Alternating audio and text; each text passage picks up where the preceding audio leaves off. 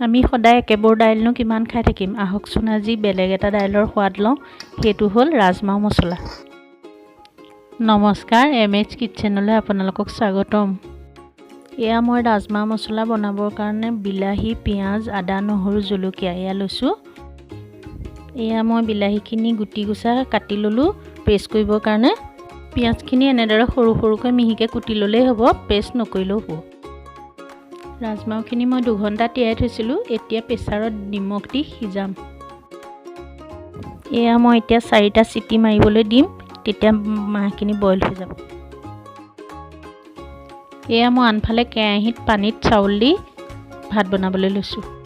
চাউলকেইটা তিয়াই থোৱা হ'লে ভাল হয়, ইয়াৰ নিখনিখিনিও কাঢ়ি দিব পৰা হয়। এতিয়া চাওক মোৰ কেৰাহীত দিয়া চাউলখিনি উতল আহিছে। ইতিমধ্যে কুকাৰটোৱে চিটি মাৰিছে। 4টা চিটি মৰাৰ পিছত বন্ধ কৰি দিছোঁ। এতিয়া ভাতখিনি নিখনি কাঢ়িব হৈছে। মই লাহে লাহে নিখনি কাঢ়ি দিছোঁ। নিখনিখিনি কাঢ়ি দিলে ভাতৰ অতিৰিক্ত শৰ্কৰাখিনি কমি যায়।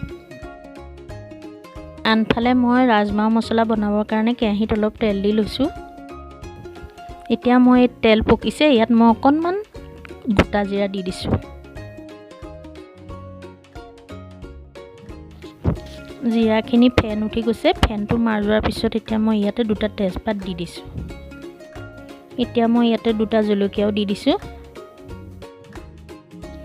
সৰু সৰুকৈ কাটি থোৱা পিঁয়াজখিনি ইয়াতে দি দিছোঁ। পিঁয়াজখিনি এনেদৰে লৰাই থাকিব লাগিব যাতে জ্বলিও নাযায়, কেৰাহীটো লাগি নধৰে, অলপ সিজিও।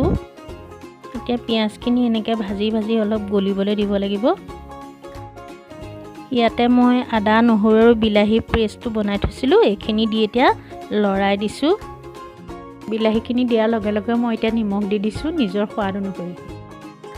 নিমখ অৱশ্যে কমাই দিছোঁ কাৰণ আগতে ৰাজমাহত দিওঁতে নিমখ দি থৈছিলোঁ। এইখিনি মই এতিয়া ভালদৰে লৰাই থাকিম যাতে গোটেইখিনি সিজি পেষ্ট এটা বনি যায় ধুনীয়াকৈ। ইতিমধ্যে বিলাহী, পিঁয়াজ, আদা, নহৰু কেঁচা গন্ধটো নাইকিয়া হৈছে। এতিয়া আধা চামুচ ধনিয়া গুড়ি, আধা চামুচ জিৰা গুড়ি আৰু অকণমান ৰেড চিলি দি দিছোঁ। আপোনালোকে নিজৰ সোৱাদ অনুসৰি মছলা দিব পাৰে। এতিয়া সুন্দৰকৈ এটা পেষ্ট বনাই ল'ব এনেদৰে। এতিয়া মই ইয়াতে অলপমান পানী দি পেলাই লৰাই দিছোঁ, অলপ সিজিবলৈ দিম ভাল ধৰণে। আপোনালোকে এইটো বনালে মিডিয়াম ফ্লেমত দি বনাবচোন। এতিয়া মোৰ পেষ্টখিনি সুন্দৰকৈ সিজি গৈছে আৰু সম্পূৰ্ণ হৈ গৈছে। এতিয়া মোৰ এই পেষ্টটো মই কুকাৰত থকা ৰাজমাহত দিবৰ কাৰণে ৰেডি কৰিছোঁ। ৰাজমাহখিনি ইতিমধ্যে ভালদৰে সিজি গৈছে আৰু ইয়াৰ ৰঙা কালাৰটো ওলাই গৈছে।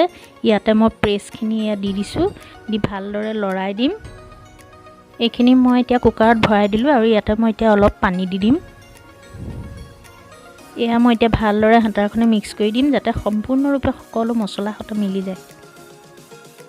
এতিয়া মই কুকাৰটো বন্ধ কৰি আৰু এটা চিটি লগাই দিম। এতিয়া এয়া মোৰ ৰাজমাহখিনি ধুনীয়াকৈ হৈ গৈছে, কি সুন্দৰ কালাৰ উঠিছে। এয়া এতিয়া সম্পূৰ্ণৰূপে গোটেইখিনি সিজি গৈছে ভিতৰলৈকে। এতিয়া মই অকণমান লৰাই দিম। ইয়াতে এতিয়া অকণমান ধনিয়া পাত দিলে ভাল হয়, মোৰ ধনিয়া নাই সেইকাৰণে মই মান ধনিয়া পাত কেইটামানকে দিয়ে লৰাই দিছোঁ। এয়া মোৰ এতিয়া হৈ গৈছে। এইখিনি চাওকচোন, এতিয়া ভাতৰ সৈতে পৰিৱেশন কৰিব পৰাকৈ সুন্দৰকৈ হৈ গৈছে। অনুগ্ৰহ কৰি মোৰ ৰেচিপিটো কেনে পালে আপোনালোকে কমেণ্ট কৰি জনাবচোন। লগতে লাইক আৰু শ্বেয়াৰ কৰিব।